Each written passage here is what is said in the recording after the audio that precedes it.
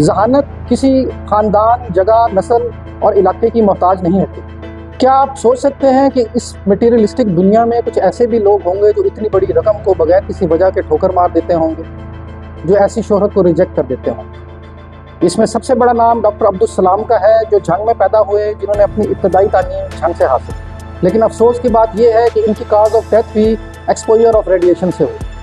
बिस्मिल्लाहिर्रहमानिर्रहीम, अस्सलाम वालेकुम। मेरा नाम है मोहम्मद और आप मेरा चैनल देख रहे हैं। आज 2025 में जहां लोगों के पास प्रोडक्टिव कामों के लिए वक्त पूरा नहीं पड़ता, हम हमेशा की तरह अपनी गली के नुक्कड़ चौक चौराहों पर खड़े होकर न सिर्फ लोगों की ज़ातियात डिस्कस कर रहे हैं, बल्कि अपना अवलीन फ़र्ज समझते हैं लोगों की लेग पुलिंग करना, बैक बाइटिंग करना और मजहबी मुबाहिसे में पढ़कर अपने अपने फ़िरके की सर्टिफिकेट्स को एंडोर्समेंट करना।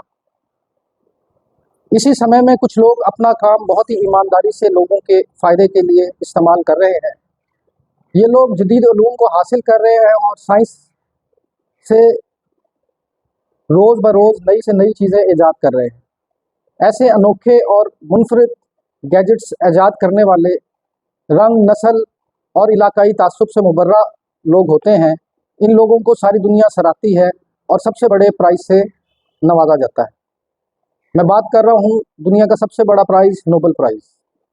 नोबेल प्राइज़ एक ऐसा लफ्ज़ है जो हर शख्स जानता है और कसरत से अपनी गुफ्तगू में इस्तेमाल करता है, लेकिन इसकी हकीकत क्या है, इसके बारे में उसे कुछ नहीं पता। आज की मैं वीडियो में आपको नोबेल प्राइज़ के बारे में बताऊंगा कि ये क्या होता है, कब शुरू हुआ, किन लोगों को ये मिलता है और किन लोगों को मिल सकता है, और दुनिया में ऐसे कौन से लोग हैं जिन्होंने नोबेल प्राइज़ लेने से साफ इनकार कर दिया। नोबेल प्राइज़ एक साइंटिस्ट और इंजीनियर जो स्वीडन में पैदा हुए 1933 में के नाम पे रखा गया। उनके सर नेम के ऊपर ये नोबेल प्राइज़ रखा गया।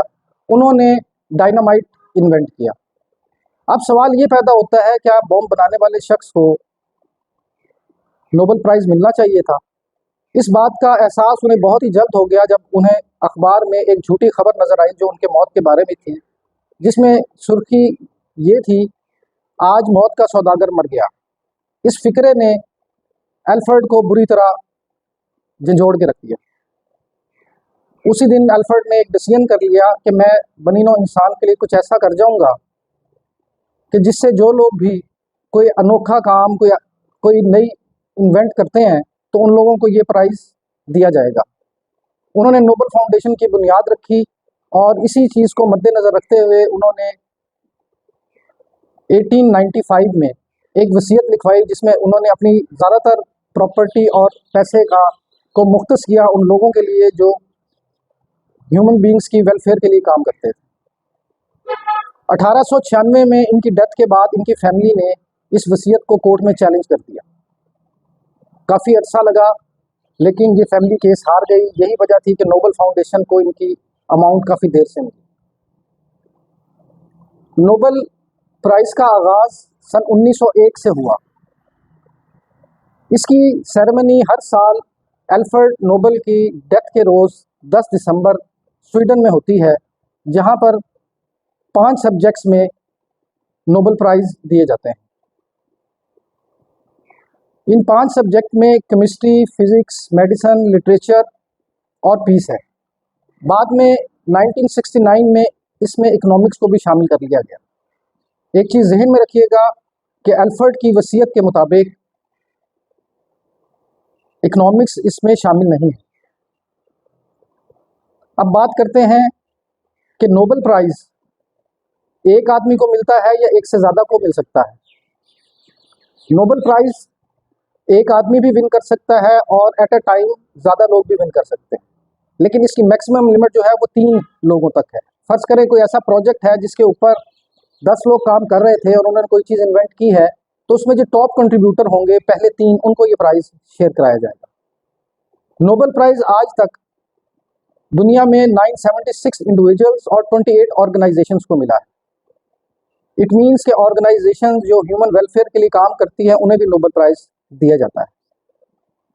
नोबेल प्राइज़ की सेरेमनी हर साल 10 जनवरी को स्वीडन में होती है, जहां 5 सब्जेक्ट्स पे नोबेल प्राइज़ दिए जाते हैं, जबकि पीस पे जो नोबेल प्राइज़ मिलता है वो नॉर्वे के कैपिटल ओस्लो में दिया जाता है। ऐसा क्यों है, इसकी वजह कोई नहीं जानता। नोबेल प्राइज़ की जो प्राइज़ मनी है वो आपको सुन के हैरत होगी, वो $1 मिलियन अमेरिकन डॉलर है। साथ में एक गोल्ड मेडल मिलता है जिसके ऊपर अल्फ्रेड की तस्वीर इम्पोस्ट होती है और एक साथ में सर्टिफिकेट मिलता है। दुनिया का कोई भी शोबा हो, औरतें कभी भी मर्दों से पीछे नहीं रही, बल्कि बहुत दफ़ा ऐसा हुआ है कि इन्होंने मर्दों को बहुत सारे प्रोफेशन में पिछाड़ दिया। मैं बात कर रहा हूँ एक ऐसी लेडी की जिसने सबसे पहली दफ़ा नोबेल प्राइज़ विन किया। इसका नाम मारी क्यूरी था। मारी क्यूरी पेरिस में प्रोफेसर थी, सोरबोन यूनिवर्सिटी की। इन्होंने सबसे पहला नोबेल प्राइज़ फिज़िक्स के सब्जेक्ट में लिया। इसमें इनका जो टॉपिक था वो रेडियो एक्टिविटी थी। फिर दूसरा नोबेल प्राइज़ इन्होंने 1911 में लिया। इसमें जो नोबेल प्राइज़ मिला इनको वो केमिस्ट्री के सब्जेक्ट पे मिला, जब इन्होंने 2 एलिमेंट इन्वेंट किए जिनका नाम पोलोनियम और रेडियम है। लेकिन अफसोस की बात यह है कि इनकी काज ऑफ डेथ भी एक्सपोजर ऑफ रेडिएशन से हुई।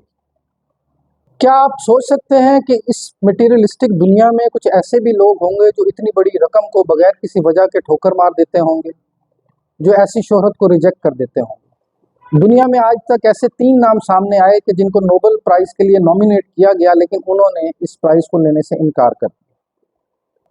इसमें सबसे पहले है बोरिस। ये एक रशियन राइटर थे जिन्हें नॉमिनेट किया गया नोबेल प्राइज़ के लिए। इन्होंने पहले नोबेल प्राइज़ लेने के लिए हामी भरी, लेकिन बाद में रशियन गवर्नमेंट ने इनको प्रेशराइज करके रिफ्यूज़ करा दिया। तो अगर देखा जाए तो सिर्फ 2 लोग ऐसे थे जिन्होंने अपनी मर्जी से इस प्राइज़ को लेने से इनकार किया। इसमें सबसे पहले तो नॉर्थ वियतनाम के एक पॉलिटिशियन ली डक थू, जिन्होंने वियतनाम की जंग रुकवाने में एक अहम किरदार अदा किया था। उन्हें जब नॉमिनेट किया गया नोबेल प्राइज़ के लिए तो उन्होंने ये कह के रिफ्यूज़ कर दिया कि ये अमन का प्राइज़ है और अमन अभी कायम नहीं हुआ, लिहाजा मैं हकदार नहीं हूँ इस प्राइज़ का। और दूसरे हैं जीन पॉल। ये पेरिस के एक राइटर थे। इन्होंने भी नोबेल प्राइज़ को रिफ्यूज़ कर दिया लेने से, ये कह के कि इससे मेरी परफॉर्मेंस हैम्पर होती है। जहानत किसी ख़ानदान, जगह, नस्ल और इलाके की मोहताज नहीं होती। जहानत किसी की विरासत नहीं है। जहानत अपनी मेहनत से जहाँ पर भी हो शोर मचा देती है। अब मैं बात कर रहा हूँ पाकिस्तान 1947 से 2024 के दरमियान उन 2 लोगों की जिन्होंने नोबेल प्राइज़ विन किए। ये दोनों लोग पाकिस्तान के पसमानदा इलाकों से ताल्लुक़ रखने वाले थे।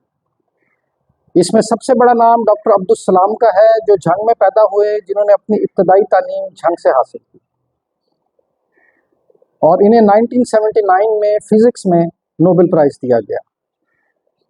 और दूसरा बड़ा नाम, दुनिया की सबसे कम उम्र बच्ची जिसने नोबेल प्राइज़ विन किया, वो भी एक इंतहाई पसमानदा इलाके से उसका ताल्लुक़ है। सवात वैली के अंदर एक गांव है जिसका नाम मिंगोरा है, वहाँ से ताल्लुक़ रखने वाली बच्ची मलाला यूसुफ़ज़ई को 2014 में नोबेल प्राइज़ दिया गया। ये प्राइज़ इन्हें बच्चियों में एजुकेशन प्रमोट करने की वजह से दिया गया। इस प्राइज़ में साथ में इनके शेयर किया इंडिया के कैलाश सिद्धार्थी ने, जो बच्चों के राइट्स के लिए काम करते थे। मेरा लास्ट क्वेश्चन आपसे ये है कि 10 दिसंबर 2025 में होने वाले नोबेल प्राइज़ सेरेमनी में पाकिस्तान के किस शख्स को नोबेल प्राइज़ मिलने के चांसेस, कमेंट्स में मुझे बताइएगा। अगर आपको मेरी ये वीडियो इन्फॉर्मेटिव लगी हो तो ये आप अपने दोस्तों से शेयर करें, लाइक करें और सब्सक्राइब करें। बहुत शुक्रिया।